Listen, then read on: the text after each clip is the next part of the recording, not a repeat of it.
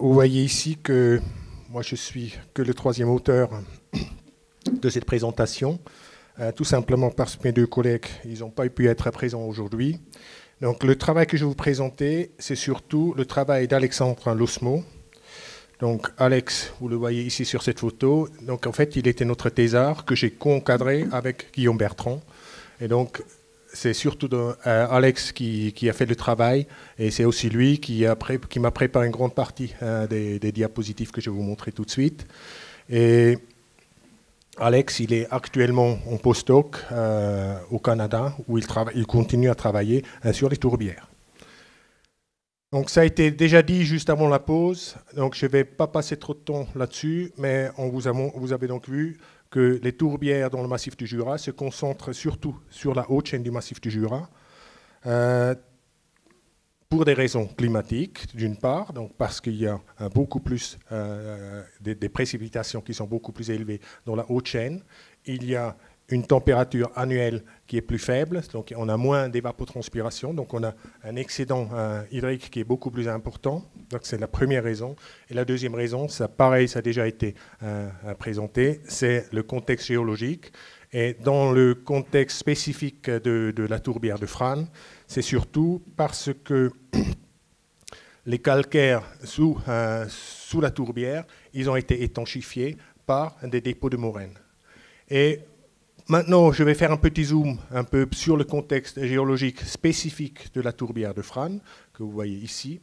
Et donc, vous voyez Pontarlier ici. Donc, on a ici tout un complexe tourbeux de Frasnes, entre Frasnes et Pontarlier.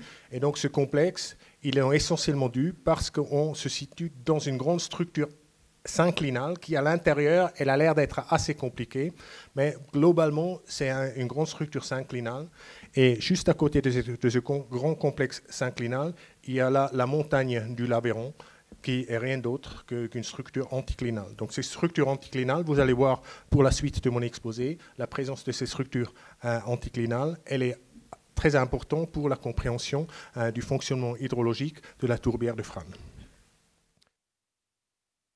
Donc la tourbière de Frasnes, je vais uniquement parler de la tourbière vivante du Forbonnais que vous voyez ici. Donc c'est un site qui a été équipé depuis 2008, et il y a donc sur ce site, il y a toute une série de piézomètres que vous voyez ici.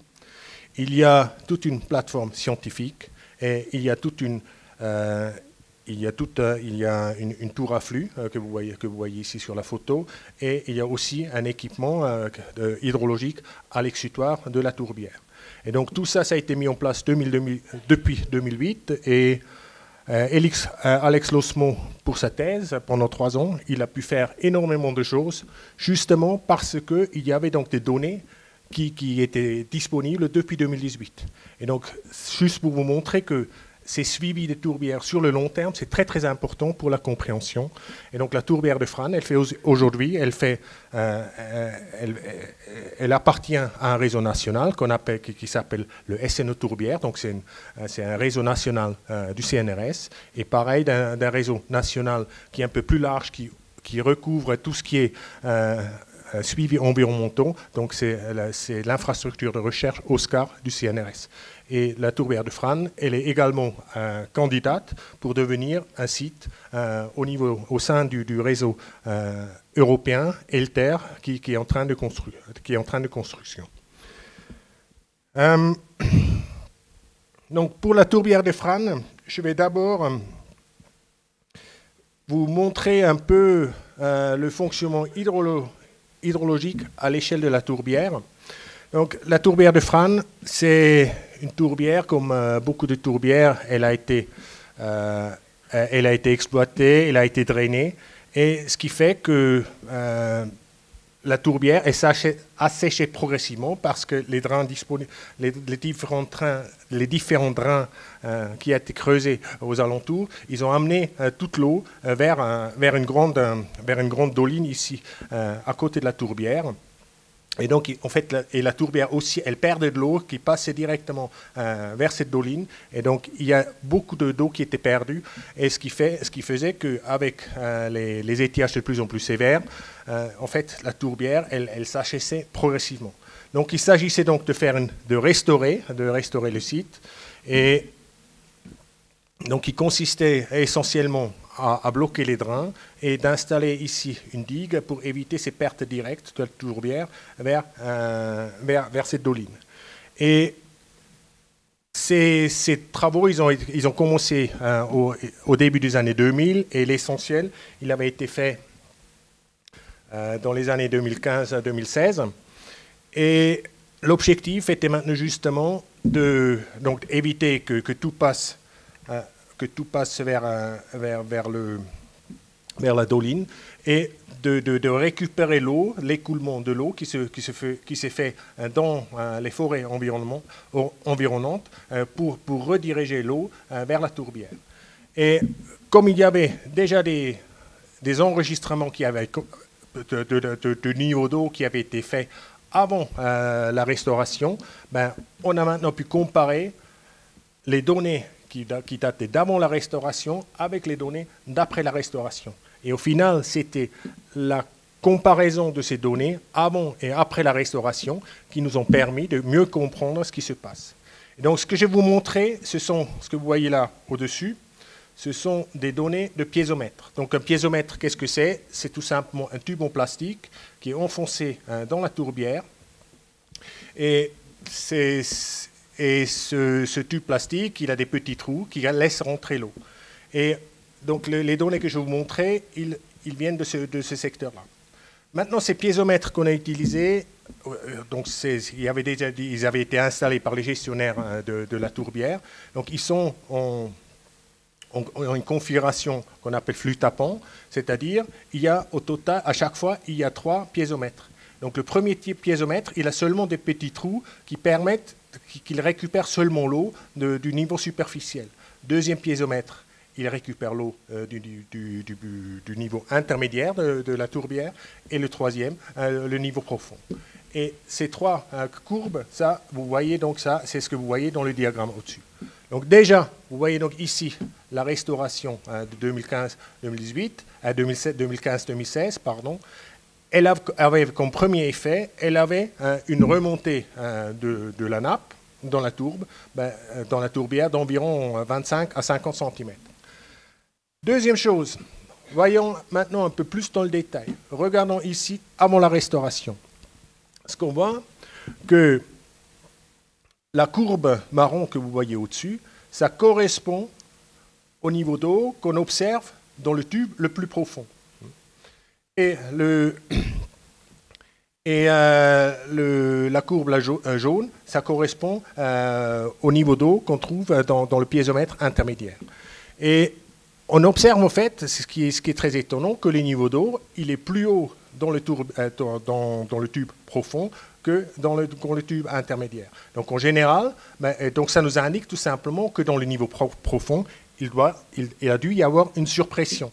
C'est-à-dire, avant la restauration, on avait plus ou moins le fonctionnement suivant. On avait plus ou moins des pressions plus élevées en bas, en profondeur et en surface. Donc une surpression en profondeur et en surface. Et une pression qui était plus faible dans le niveau intermédiaire. Donc ce qui indique que ce sont le niveau superficiel et le niveau profond qui en fait alimentaient le niveau intermédiaire. Et maintenant, cette configuration de fonctionnement, vous voyez, elle va maintenant changer après la restauration. C'est-à-dire, vous voyez qu'après la restauration, on a la courbe jaune qui est tout au-dessus. Et c'est-à-dire, on a maintenant, après la restauration, la pression la plus importante, on la trouve dans le niveau intermédiaire. Et donc, on a dans le niveau intermédiaire une pression plus importante et une pression plus faible dans le niveau supérieur et dans le niveau inférieur. Donc, qu'est-ce que ça nous indique? Ça nous indique qu'a priori, il y a maintenant une forte alimentation du niveau intermédiaire, ce qui génère une surpression, et du coup, c'est cette surpression dans le niveau intermédiaire qui va donc alimenter à la fois le niveau supérieur et le niveau inférieur. Et la question qui se pose est d'où vient cette surpression? Et cette surpression, donc, ce qu'on a trouvé, en fait, elle vient maintenant justement des flux latéraux qui ont pu se remettre en place grâce à la restauration. C'est-à-dire, la restauration, elle a vraiment réussi à redévier les flux latéraux des forêts environnantes vers la tourbière. Et donc, c'est ces flux latéraux qui donc rechargent surtout le niveau intermédiaire de la tourbière. Et ensuite, ce niveau intermédiaire, il va ensuite donc alimenter le niveau superficiel et le niveau inférieur. Maintenant, allons jeter un œil sur les données qu'on a récupérées au niveau de la station ici à l'exutoire de la tourbière. Donc vous voyez ici la station à l'exutoire et ce que vous voyez dans ce diagramme, c'est la conductivité électrique de l'eau à l'exutoire de la tourbière. Et donc la conductivité électrique, c'est quoi? C'est tout ça, c'est la minéralisation de l'eau. Donc pour vous donner un repère, l'eau de pluie, elle est faiblement minéralisée, donc l'eau de pluie, elle doit avoir une conductivité, disons, dans les 20-30 microsiemens. Et ce que vous voyez, la tourbière, habituellement, elle a donc une conductivité électrique autour des 80-90 microsiemens. Sauf, vous voyez ici, le diagramme que je vous montre, ça correspond à la période 2016-2017. Et donc, vous voyez, en fait, l'été, donc dans le diagramme du bas, vous avez la hauteur d'eau ici à l'exutoire. Vous voyez l'été, quand il y a très très peu d'eau ici à l'exutoire, mais tout d'un coup, on voit que ponctuellement, cette conductivité de l'eau à l'exutoire de la tourbière, elle va augmenter, elle va fortement augmenter. Vous voyez, on se retrouve à des conductivités qui atteignent quasiment 500 microsiemens. Et donc, quand vous regardez un peu autour d'où peut venir une conductivité de 500 microsiemens, en fait, le seul candidat, c'est l'eau karstique souterraine. Et donc, c'est-à-dire, ça, c'était à l'époque une première indication qu'il doit y avoir une alimentation en eau karstique pendant une certaine période de l'année. Ce qui a été fait ensuite par la suite, donc Alex Losmo, il a maintenant commencé à exploiter toutes les données depuis 2008 et il a calculé pour chaque été où on voyait ces pics de conductivité, il a tout simplement calculé une conductivité moyenne et il a commencé à comparer ces conductivités moyennes à différents paramètres. Et ce qu'il a trouvé, c'était au début très très étonnant. Ce qu'il a trouvé est que la conductivité moyenne des différents étés, elle était en fait corrélée avec la hauteur de pluie de l'hiver précédent. C'est-à-dire, qu'est-ce que ça veut dire? Quand on a, par exemple, ici, je crois que c'est 2018,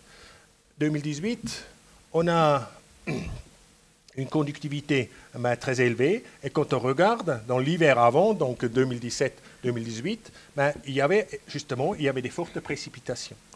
Et ça nous indique donc, on recharge donc quelque part un réservoir pendant l'hiver, et quand il y a beaucoup d'eau dans ce réservoir, pendant l'été suivant, ce réservoir, en partie, il s'injecte dans la tourbière. Et l'hypothèse de travail qu'on a générée avec ça est la suivante. On s'est dit, a priori, on a ici, juste à côté, on a une structure anticlinale, et on s'est dit, donc, potentiellement, on recharge l'aquifère karstique dans cet anticlinal à côté pendant un hiver où il y a beaucoup de pluie, donc plus ou moins on remplit le château d'eau, et donc du coup, quand le niveau d'eau est élevé dans ce château d'eau, en fait, il y a plus de pression, et donc qui permet, pendant les périodes sèches, de s'injecter à l'intérieur de la tourbière de Fram. Et tandis, par contre, quand il y a un hiver plutôt sec, on a moins d'eau dans le château d'eau à côté, et donc du coup, on a moins d'eau qui peut s'injecter dans la tourbière.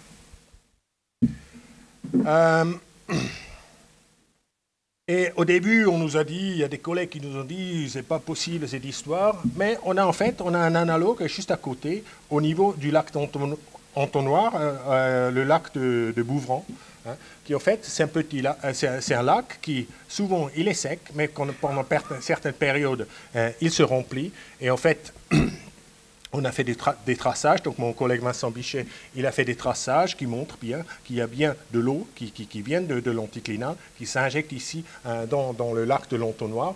Et on pense, la tourbière de Frasnes, c'est quelque chose, un fonctionnement très similaire, avec la différence qu'on n'a pas un lac, mais on a une tourbière. Maintenant, on voulait aller un peu plus loin pour voir justement cette origine de l'eau. Et on a première chose qu'on a fait, on a regardé les isotopes de l'oxygène.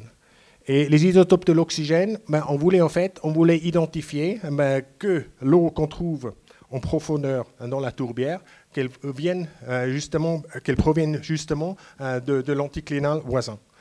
Et parce que on sait que quand on a des précipitations à haute altitude, on a une composition isotopique de l'oxygène qui est plus négative que quand on a des précipitations qui se font, par exemple, ici à 840 mètres.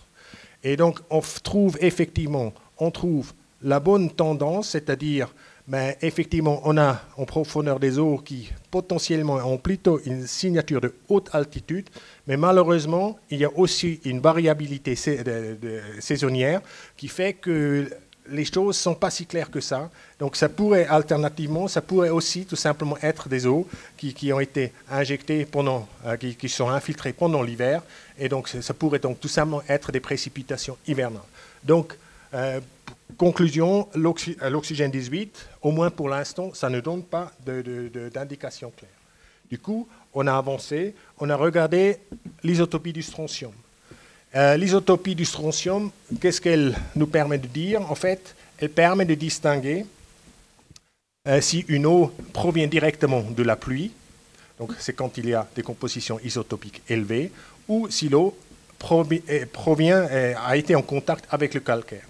Et ce qu'on trouve, on trouve effectivement un parfait alignement des données, donc c'est-à-dire on a un mélange binaire entre deux pôles, entre pôle eau de pluie et eau carbonatée.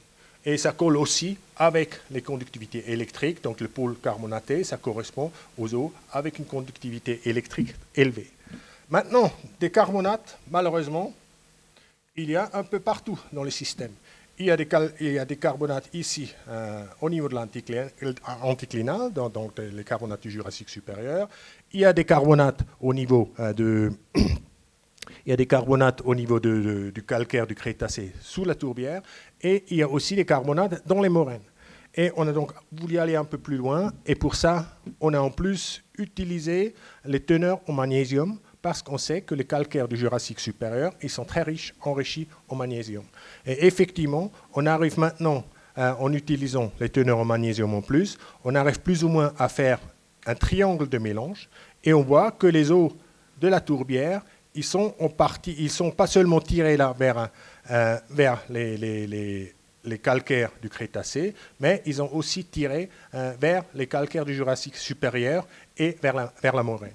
Donc, ce qui nous montre, donc, a priori, on a une eau de pluie qui s'infiltre au niveau de l'anticlinal, qui est en contact avec les calcaires du Jurassique supérieur. Après, elle passe vers la tourbière, elle se mélange aussi avec des eaux qui viennent du calcaire du Crétacé, et après, c'est injecté dans la tourbière. Voilà. Donc, comme j'ai plus de temps, donc je saute une diapo. Et donc, je vais, en résumé, donc, on peut donc dire, on a, au niveau de la tourbière de Frasnes, on a trois types d'eau.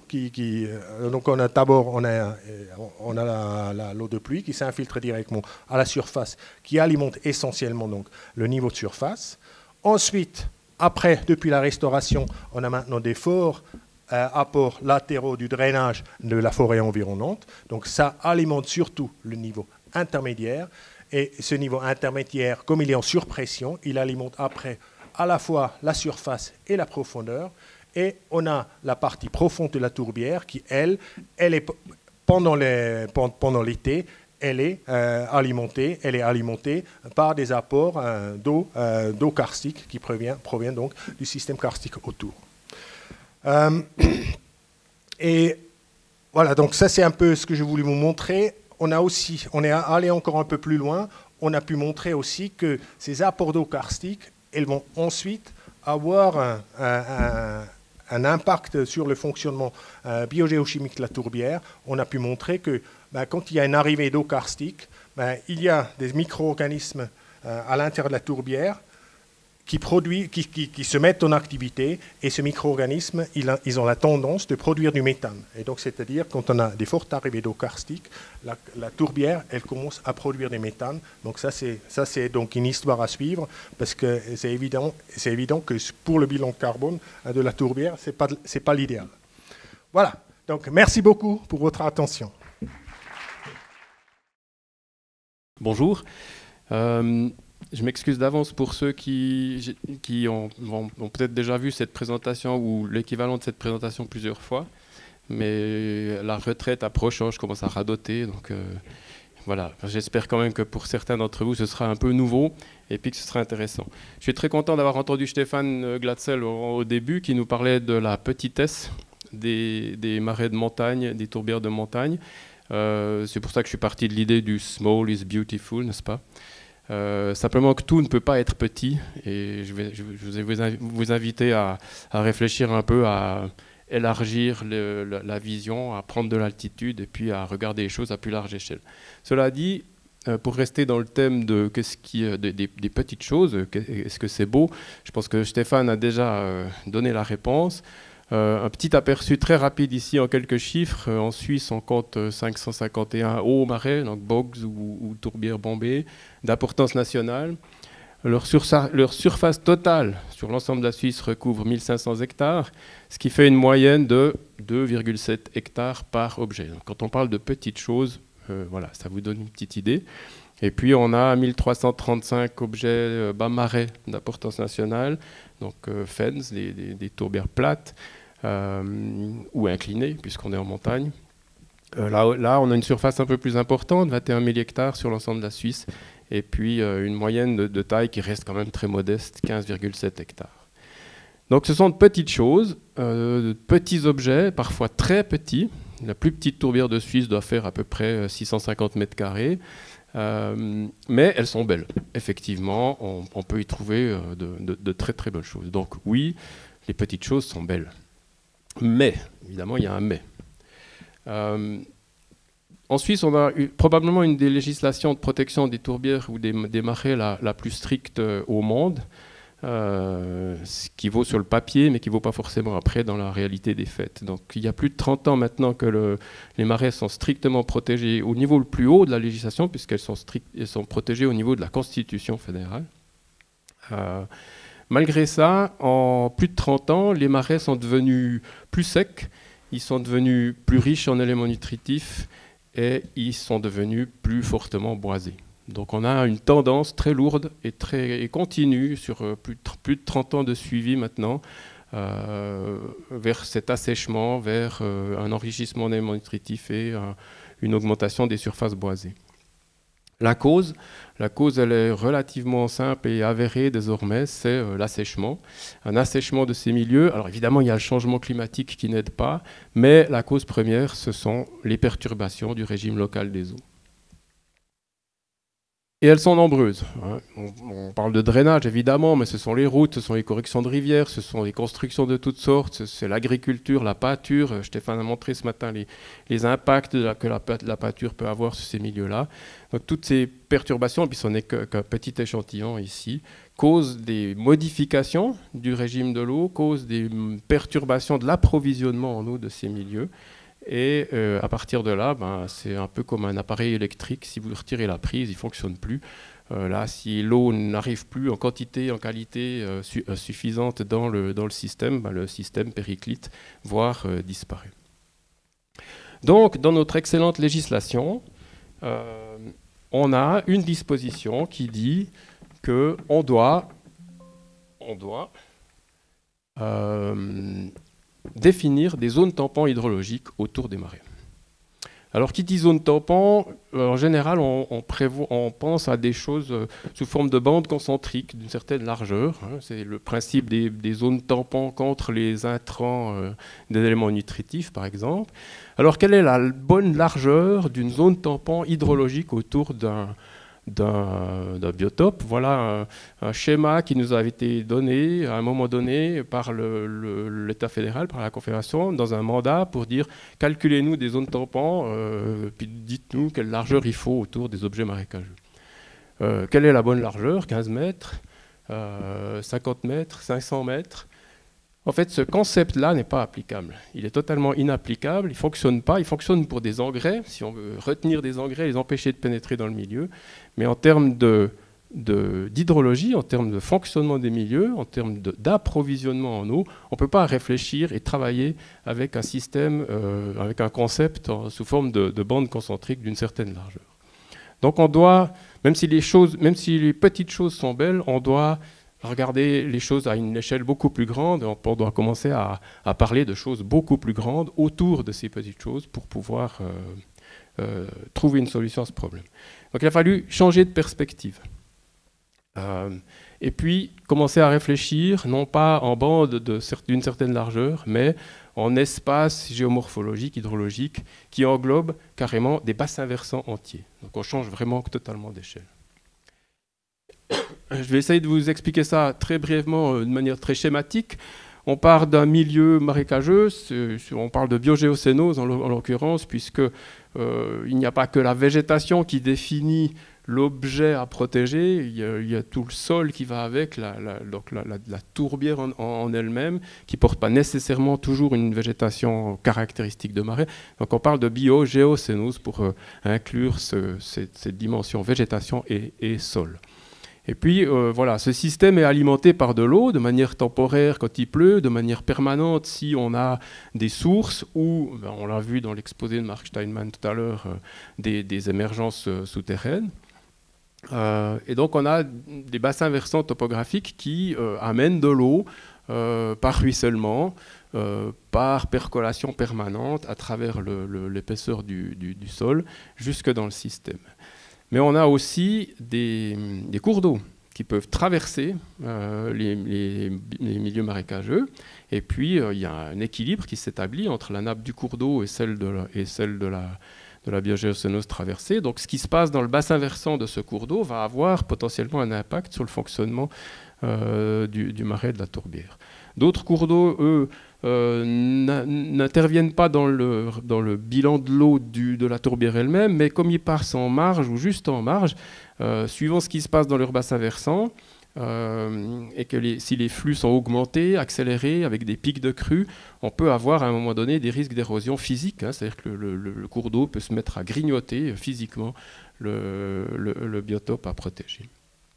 Et puis en fin de compte, on a, et ça c'est peut-être la seule zone tampon sous forme de bande qu'on peut établir avec une certaine largeur, c'est qu'on a qualifié d'ourlet sensible qui se trouve en aval, là où l'eau ressort du système marécageux. Et là, effectivement, on va empêcher ou freiner le drainage de manière à ce qu'on n'aille pas pomper l'eau hors du système lui-même. Mais l'essentiel et le facteur clé, c'est l'approvisionnement en eau. C'est cette eau qui doit entrer dans ce système selon des cheminements qui sont forgés suite à partir de la fin de la dernière glaciation et qui sont toujours en place en fait. La difficulté, c'est de les comprendre et puis d'en faire quelque chose. Je rajoutais là-dessus l'aspect de la filtration. On a eu un excellent exemple avec l'exposé de Mark Steinman, où l'eau peut s'infiltrer à un endroit et puis ressortir ensuite soit en pied de versant, soit carrément sous le biotope marécageux.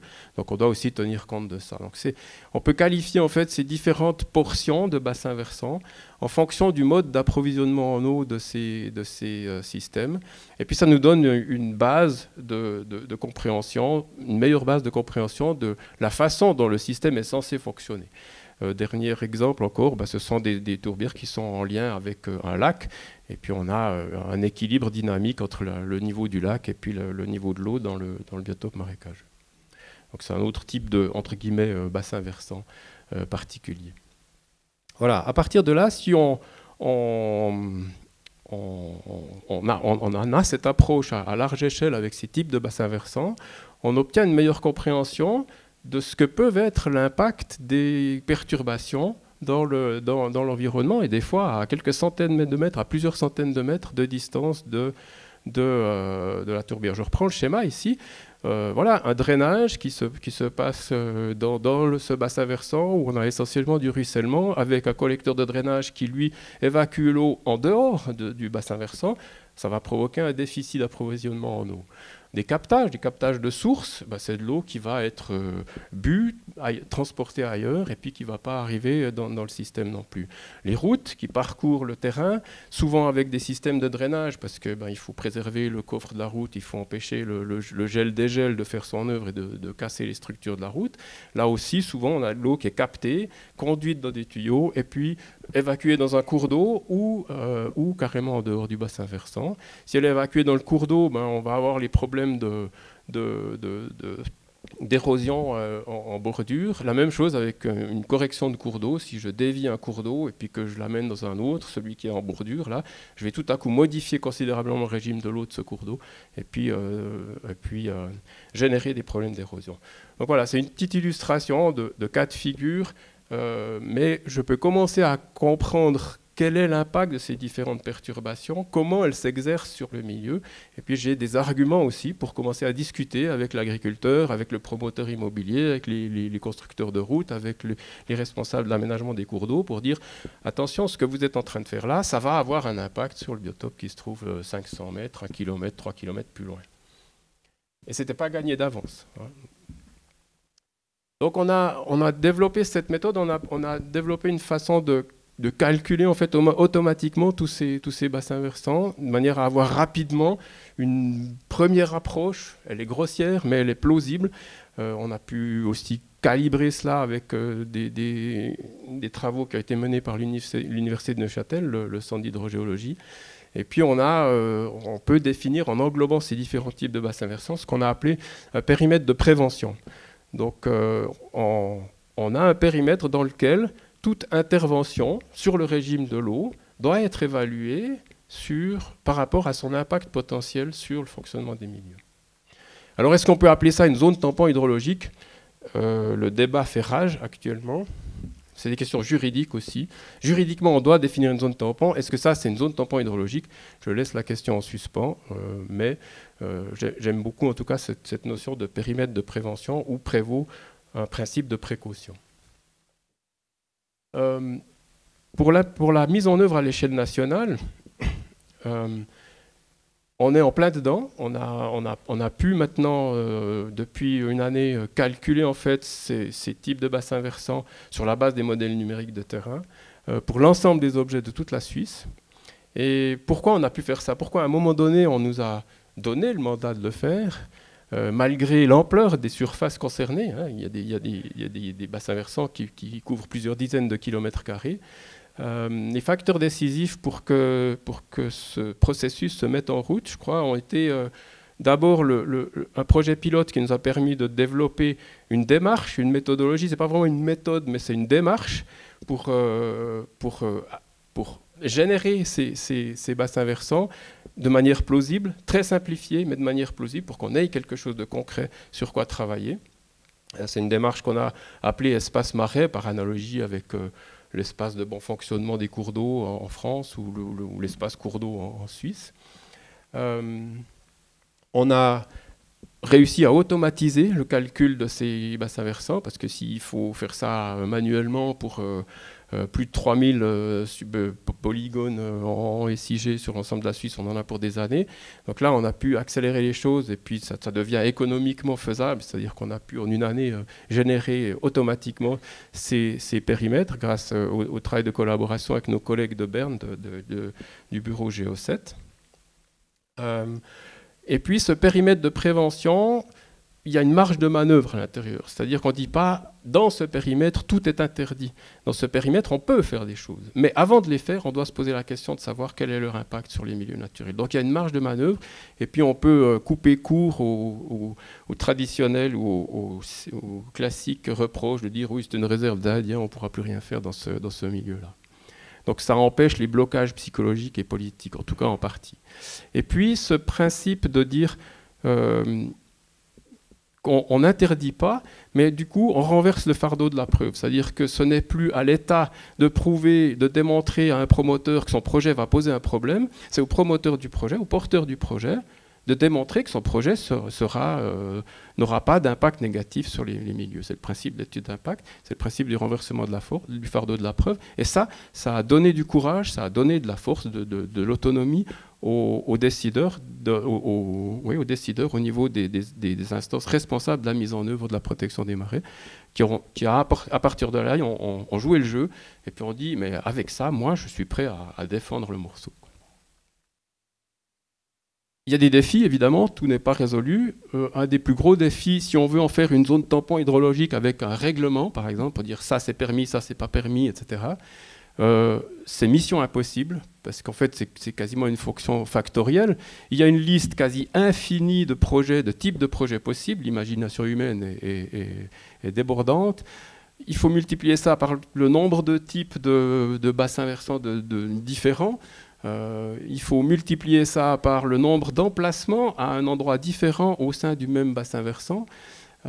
Et puis le multiplier encore par les facteurs sociopolitiques de communes différentes, de propriétaires concernés, etc.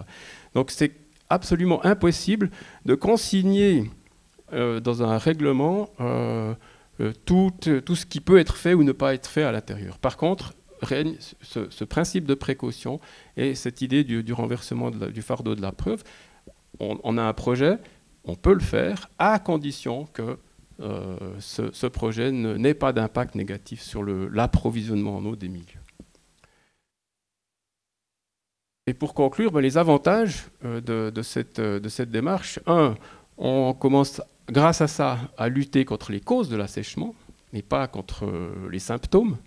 Évidemment, c'est important de fermer des canaux de drainage, c'est important d'intervenir dans les milieux qui sont impactés par des choses manifestes qu'on comprend très bien, mais, et puis on le voit très bien dans le cadre de la tourbière du Fourbonnais, si on ne comprend pas le fonctionnement du système, puis qu'on n'est pas... On travaille à trop petite échelle, même si c'est très beau. Il faut élargir les choses et puis s'attaquer aux causes de cet assèchement et pas seulement aux symptômes. Donc voilà, là au milieu, juste pour vous donner une petite idée, c'est les limites d'un des plus grands cantons de Suisse, le canton de Berne. Vous avez une petite échelle en bas qui représente 3 barres noir, blanc, noir, 30 km de distance. Donc vous voyez, les surfaces ne sont pas petites. Ces surfaces de périmètre de prévention ne sont pas petites. Il y a des toutes petites choses, mais la plupart peuvent être assez grandes. Et pourtant, on a réussi, juste pour le moment en tout cas, à faire passer l'idée. Et pour le canton de Berne en particulier, ces surfaces sont ancrées maintenant dans un plan directeur contraignant pour les autorités. Ça sert aussi de base à ce qu'en Suisse on appelle l'infrastructure écologique, l'équivalent de la trame verte et bleue. Ça sert à discuter gestion de cours d'eau à l'échelle du bassin versant et du rôle des marais dans les bassins versants. Ça peut aussi servir à mieux identifier les potentiels de gestion agricole adaptée sur des sols mouillés, notamment en lien avec la paludiculture. Il doit y avoir une dernière image, voilà. Donc oui, les choses sont belles, mais si on veut les protéger, il faut élargir le spectre de vision et travailler à une échelle beaucoup, beaucoup plus grande. Je vous remercie de votre attention. Donc bonjour à tous, et puis merci beaucoup aux organisateurs de m'avoir invité pour venir parler du travail qu'on mène dans les Pyrénées depuis quelques années déjà. Donc je suis ici, moi alors devant vous, mais derrière ce que je vais vous présenter, c'est le travail de beaucoup de gens, des collègues chercheurs, ingénieurs dans mon laboratoire, mes collègues doctorants, que j'ai eu le plaisir d'encadrer, je vais présenter leurs travaux, et de plusieurs labos.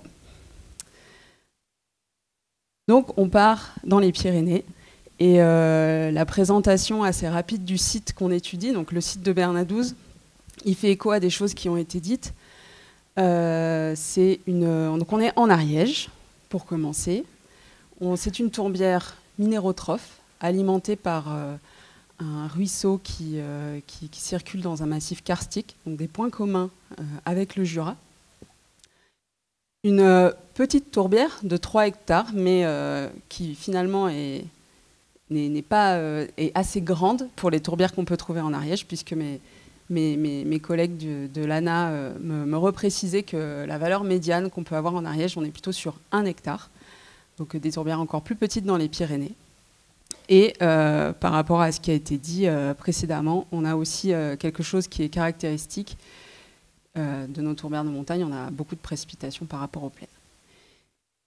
Et cette tourbière de Bernadouze, c'est un observatoire de long terme et un observatoire qui fait partie de 2 structures du CNRS différentes, mais qui se rejoignent sur la tourbière. C'est assez notable. Le premier, c'est l'observatoire Aume Milieu du Haut-Vic de Sceaux. Donc la tourbière, dans le cadre de cet observatoire, la tourbière, elle fait partie d'un projet qui est multidisciplinaire et qui se fait à l'échelle de la vallée du Vic de Sceaux, avec des travaux historiques, géographiques, sociologiques. Et on fait aussi partie du SNO Tourbière, qui a été évoqué tout à l'heure pour la tourbière de Frasnes. Donc 2 tourbières du SNO ont été représentées ce matin. Et donc dans le cas de OSNO, on est très focalisé sur cycle de l'eau et du carbone.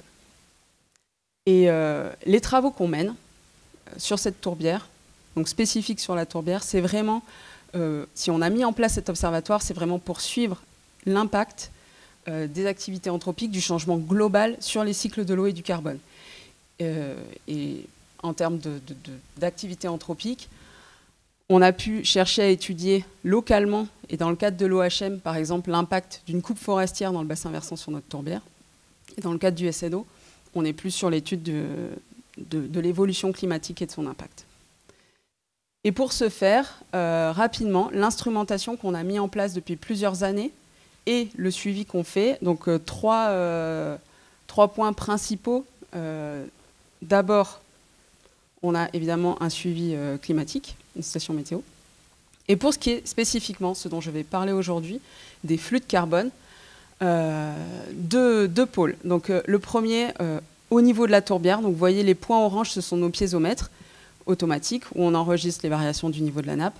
Et au niveau de, donc ceux depuis 2013, et au niveau de chacun de ces piézomètres, on a installé des embases où, j'en reparlerai tout à l'heure, on fait le suivi des échanges de gaz à effet de serre, CO2 et méthane entre la tourbière et l'atmosphère.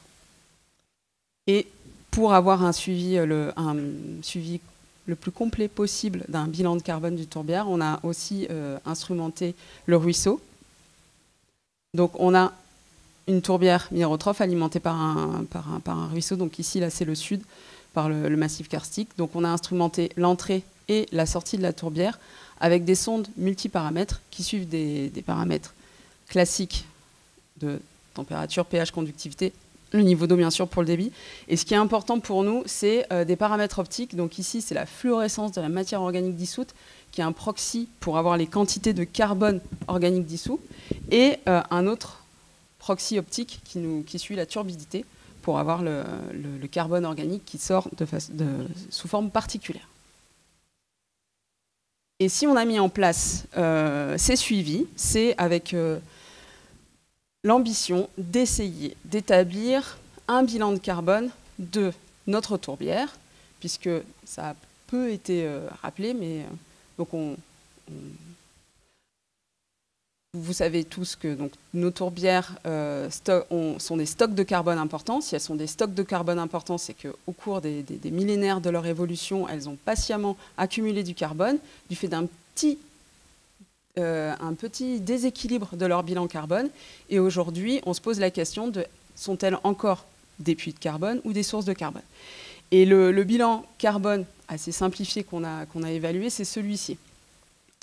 Donc nous, on a considéré les entrées de carbone par la photosynthèse et comme sortie de carbone, on a considéré la respiration. Donc là, on est sous forme de CO2, les émissions de méthane, puisqu'on a des émissions nettes, bien que le méthane soit un échange, et les exports par le ruisseau, l'export fluvial. Et donc dans cette convention, donc, la photosynthèse, seulement la respiration, c'est l'échange net en CO2. Et dans notre bilan carbone, s'il est négatif, on a un puits de carbone. S'il est positif, une source de carbone. Donc voilà pour l'ambition, et ensuite la réalité des faits et la réalité de travailler dans une tourbière de montagne. Ah, pardon, j'avais oublié On a aussi comparé dans notre démarche, on a travaillé sur établir les bilans actuels et on les verra, on les a comparés au taux d'accumulation à long terme de ce système. Et voilà ce que je voulais dire. La réalité du terrain, c'est-à-dire pour commencer par ce qui nous a occupé au début de notre travail sur ce site, c'est-à-dire les exports de carbone fluvial. Et là, c'était la thèse de Thomas Rosset, originaire de Pontarlier, qui est venu porter haut les couleurs du Jura jusque dans les Pyrénées, et qui, pour son travail de doctorat, faisait face à ce défi qui était, voilà, la tourbière de Bernadouze, et on l'a dit, ce sont des petits systèmes dans des bassins versants, et donc le défi est de pouvoir établir quelles sont les sorties de carbone spécifiques de cette petite entité dans le bassin versant, qui fait seulement quelques pourcentages de la surface. Et pour ce faire, on a mis en place donc une démarche en entrée-sortie, comme je l'ai présenté. Donc on a suivi en continu, à haute fréquence, la variation des concentrations en carbone organique dissous dans le ruisseau à l'entrée et à la sortie de la tourbière. Et l'entrée et la sortie de la tourbière, c'est les graphes que vous avez ici. Donc l'entrée en vert, la sortie en rouge. Alors on a appris beaucoup de choses avec ce suivi à haute fréquence. Ce qu'il y a à retenir, c'est déjà la forme de ce signal. Vous voyez qu'on a un signal extrêmement dynamique. C'est-à-dire qu'avant de mettre en place ce suivi à haute fréquence, on venait tous les mois et on prenait un échantillon. Puis comme on venait quand il ne pleut pas, eh ben on avait toujours les points en bas de la ligne. On se disait, c'est quand même pas très, très intéressant. Et le suivi in situ nous a appris que ce système était extrêmement réactif et qu'à chaque épisode de pluie, on avait une réponse au niveau de la nappe de la tourbière et une contribution donc, de l'eau de la tourbière au ruisseau, et donc une contribution spécifique du système tourbière dans ce ruisseau. Ainsi, ces petits épisodes de crue, qui peuvent être extrêmement modestes et qui constituent une faible partie du temps hydrologique, au cours de ces crues, on exporte la moitié du carbone. On a pu démontrer, grâce au système entrée-sortie, que la tourbière, malgré sa faible emprise sur le bassin versant, était l'entité qui contribuait à majorité au carbone qui était exporté au niveau du ruisseau, entre 60 et 80%. Et pour donner un ordre de grandeur, parce qu'après, tout le long de ma présentation, on va manipuler ces flux pour pouvoir, à la fin, faire un bilan. Les ordres de grandeur, on a une grande variabilité interannuelle. On peut être du simple au double, de entre 20 et 40 grammes par mètre carré par an. Un autre petit détail, ce carbone organique qui est exporté dans le ruisseau, il est essentiellement sous forme dissoute. Et ça, c'est un grand classique des tourbières, puisqu'on a des écoulements lents et finalement les particules sédimentent avant d'être exportées. Mais justement, on est à grande majorité, mais on n'est pas à 90, 95, 100% comme certaines tourbières de plaine. Avec cette topographie, on a quand même des processus d'érosion, ce qui a été cité tout à l'heure comme une caractéristique des tourbières de montagne. Là, on l'observe avec une proportion relativement élevée du carbone particulaire à l'exutoire. Voilà pour le carbone fluvial, ça a été le début du travail. Pour les échanges avec l'atmosphère, les gaz à effet de serre. On a une tourbière qui est petite, encaissée, pâturée, donc pas de possibilité d'installer une tour à flux comme ça a été présenté à Fran. Et on a une stratégie avec un travail avec des chambres fermées qui nous permettent chaque mois de venir faire une mesure. Donc avec la chambre transparente, on mesure la résultante de la photosynthèse et de la respiration, et avec la chambre opaque, la respiration. Dans les deux cas, on mesure les émissions de méthane, et on a effectué ces travaux, y compris l'hiver quand la tourbière est couverte par la neige, et on verra que les contributions de ces émissions sont non négligeables. Et pour compléter ces études d'instrumentation in situ, de suivi chaque mois, on a aussi exploré, et donc là c'est le travail d'un autre doctorant qui a fait tout son travail de doctorat sur la tourbière de Bernadouze, Raphaël Guérissoin, qui a soutenu cet automne. Et on a exploré le potentiel des indices qui pouvaient être dérivés des images Sentinelle-2. Sentinelle-2, une nouvelle campagne de satellites depuis 2016. Leur avantage, c'est une haute résolution spatiale, adaptée y compris à nos systèmes de montagne de petite échelle, et une revisite très fréquente. Et on est allé chercher quel était le potentiel d'information qu'on pouvait retirer de ces images en travaillant donc sur notre site à la fois sur des zones dominées par les herbacées ou par les sphènes. Et on allait chercher les indices classiques de végétation, ici NDVI par exemple, le LAI, ou des indices d'humidité. Et à retenir, parce que je pense que c'est un grand potentiel en fait, d'utilisation de cette information qui est disponible, qui est acquise depuis 2016 pour le suivi de nos systèmes de montagne, c'est que par exemple, le MSI, donc c'est un indice d'humidité, et donc finalement, le fait qu'ils suivent l'humidité, il nous permet de... C'était un des seuls qui a un signal différent entre là où on était dominé par les herbacées, dominé par les sphènes, et donc pour nous, potentiellement, un potentiel d'identification de systèmes même très petits à l'échelle des massifs. Et pour ce qui est des indices de végétation, à retenir, ici, l'indice de chlorophylle, il était extrêmement corrélé à nos données d'acquisition donc de GPP, donc de photosynthèse, d'acquisition de carbone par la tourbière. Donc là,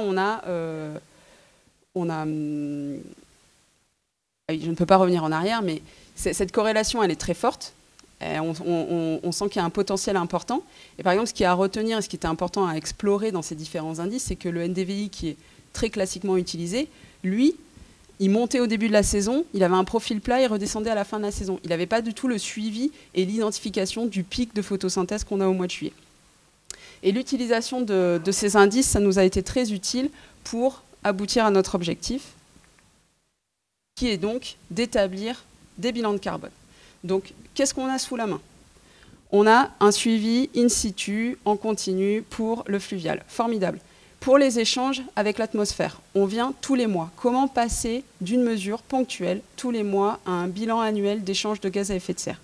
Une stratégie classique et adoptée par d'autres collègues ou dans d'autres publications, c'est donc bien, à chaque fois qu'on fait des mesures, de lier nos valeurs d'échange de CO2, de méthane, aux paramètres que l'on sait prédictifs de ces échanges, c'est-à-dire la température, le niveau de la nappe, le rayonnement. Ces paramètres, en revanche, on est capable de les mesurer en continu sur le terrain. On a un enregistrement en continu de la température, de la nappe et de la température. Donc, en établissant des modèles statistiques simples, on est capable de refaire un bilan.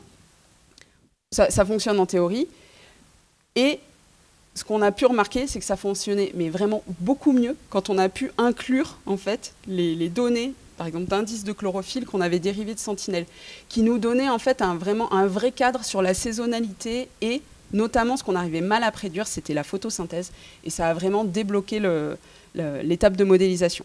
Et donc, en incluant nos données de flux mensuels, nos enregistrements en continu de paramètres prédictifs et les données Sentinelle tous les 3 à 5 jours, on a pu établir des modèles statistiques simples de prédiction de la photosynthèse, vous voyez, qui dépend du rayonnement, de la température, de l'indice de chlorophylle, un modèle extrêmement simple, de respiration, qui dépend de la hauteur de la nappe, de la température et aussi de la GPP, et même du flux de méthane, qui lui aussi dépend de cet indice de chlorophylle. On pourra revenir après sur ce détail.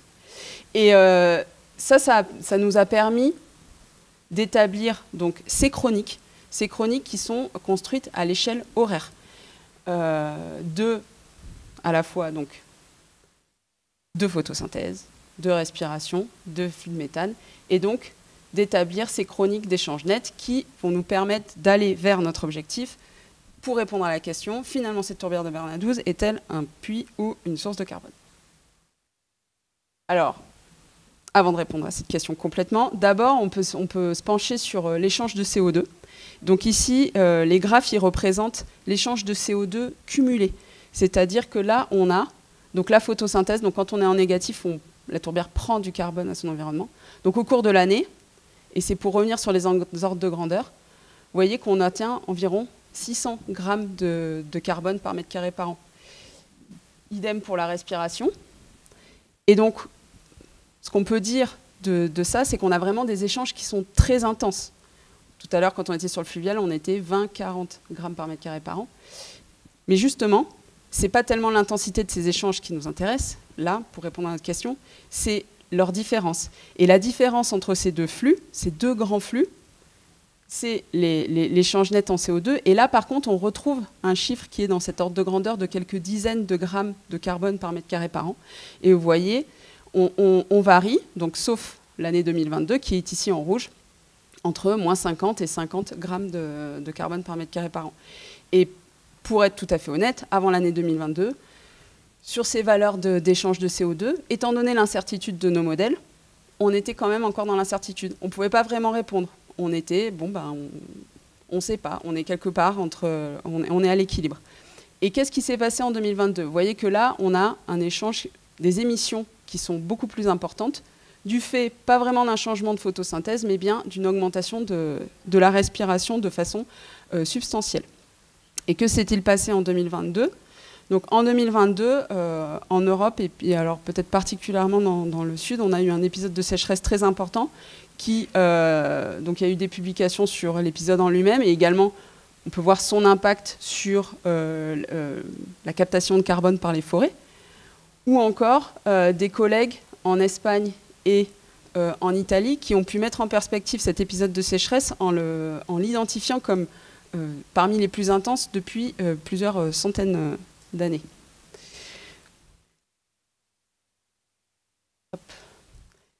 Ce qu'on a pu observer sur nos paramètres, donc ici on a la température et le niveau de la nappe.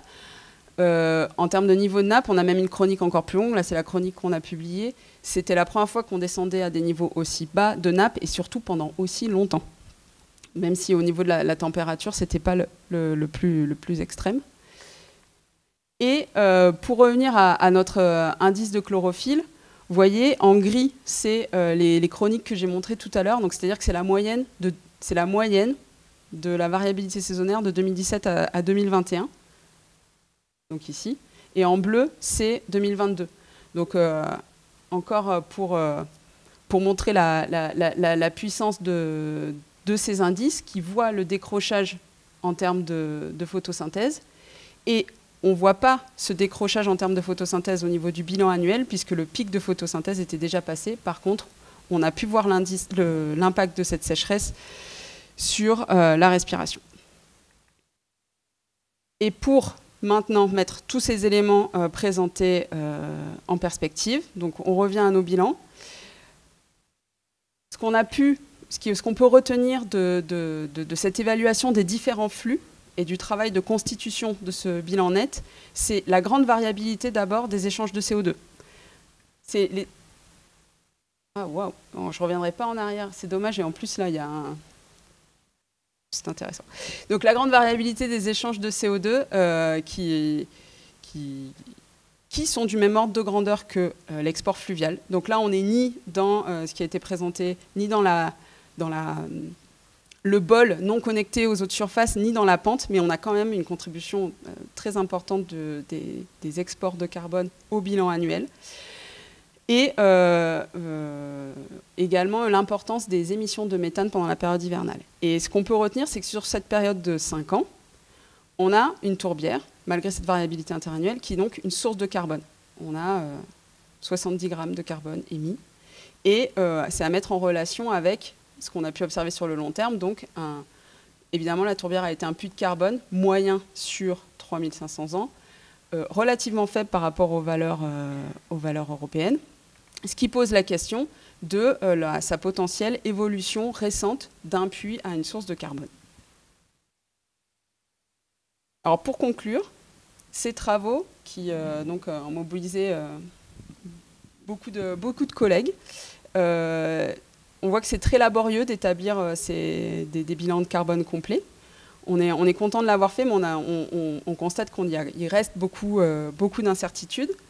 On souhaite mettre en avant le fait que d'utiliser des données issues de la télédétection, c'est un levier pour s'affranchir d'instrumentations in situ qui peuvent être non réalistes ou trop coûteuses à mettre en œuvre. Et ça a déjà été dit, mais cette variabilité, bien sûr, va dans le sens des suivis à long terme et potentiellement de l'observation in situ, ce qui est assez rare des impacts de la sécheresse. Et ces travaux, on les met en perspective de deux façons. D'abord temporelle, puisque là, on poursuit des travaux de modélisation grâce à un module en ayant introduit les sphènes dans le module de carbone des surfaces continentales du modèle ISBA. Et en fait, on revient avec des forçages climatiques depuis 60 ans, pour justement savoir est-ce qu'on a eu cette rupture d'un puits à une source de carbone. Et la réponse est non. Et c'est ça qui est intéressant, c'est qu'on n'a pas quelque chose d'aussi simple de dire « Ah, voilà, depuis 10 ans ou 20 ans, on est tout simplement passé à une source de carbone ». On a plutôt des oscillations, et des oscillations qui s'amplifient, et des moments où on devient une source de carbone après les grands épisodes de sécheresse. Donc ça, c'est à creuser et à poursuivre. Et juste pour finir, une autre mise en perspective, et cette fois spatiale, c'est la création d'un réseau à l'échelle pyrénéenne, grâce notamment aux collègues de l'ANA, du Conservatoire des espaces naturels d'Ariège. Et ce réseau est présenté dans le poster juste ici, donc je vous invite à venir discuter avec nous. Et je vous remercie.